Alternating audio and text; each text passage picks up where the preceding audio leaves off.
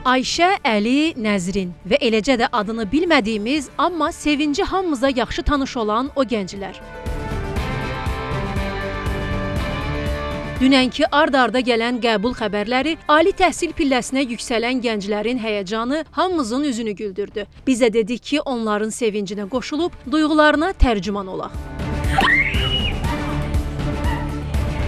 Ayşə Tovuz rayonunun Düz Qırıqlı kəndindəndir. 11 illik təhsilini də elə həmin kəndin bir saylı tam orta məktəbində alıb. Azərbaycan Dövlət Neft və Sənaye Universitetində Qida Mühəndisliyi fakültəsinə qəbul olub. Dünən cavablar çıxdı. Azərbaycan Dövlət Neft və Sənaye Universiteti Qida Mühəndisliyi tədris ingilis dilinə qəbul oldum. Əslində gözləyirdim, amma ki tədris ingilis dilinə qəbul olacağımı gözləmirdim. Mən daha çox Azərbaycan dili üzrə fikirləşirdim ki, ora qəbul olaram. Amma tədris ingilis dilində olduğunu gördüyüm üçün də bu qədər sevindim. Çünki Adınsu Azərbaycan Dövlət Neft Sənaye Universiteti çox yaxşı universitetdir. Yəni təhsil barəsində yaxşı universitetlərdən biridir. Buna görə də oranı seçdim. Hətta 9 ay əvvəl oradan keçəndə bacım dedi ki, gəl burada bir şəklini çəkək, manifest olsunsa.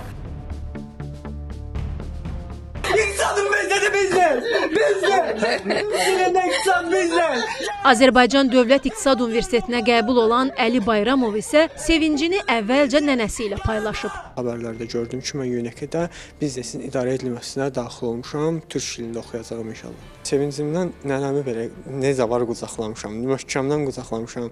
Sonra gəldim anamı, babamı, atamı, hamını bir-bir qucaqlamışam. Yəni o sevinci izah eləmək imkansızdır. Yəni gərək o sevinci yaşayasan. O sevinci yaşamaq üçün də gərək çox işləyəsən. Biz də öz növbəmizdə Ayşə və Əlinin timsalında ali təhsil həyatına qədəm qoyan bütün gəncləri təbrik edir, bilik və bacarıqları ilə gələcəyə inamla addımlamağı arzulayırıq. Qoy bu günün yaratdığı sevinc və həyəcan qarşıdakı illərdə əldə edəcəkləri uğurların ilk müjdəsi olsun.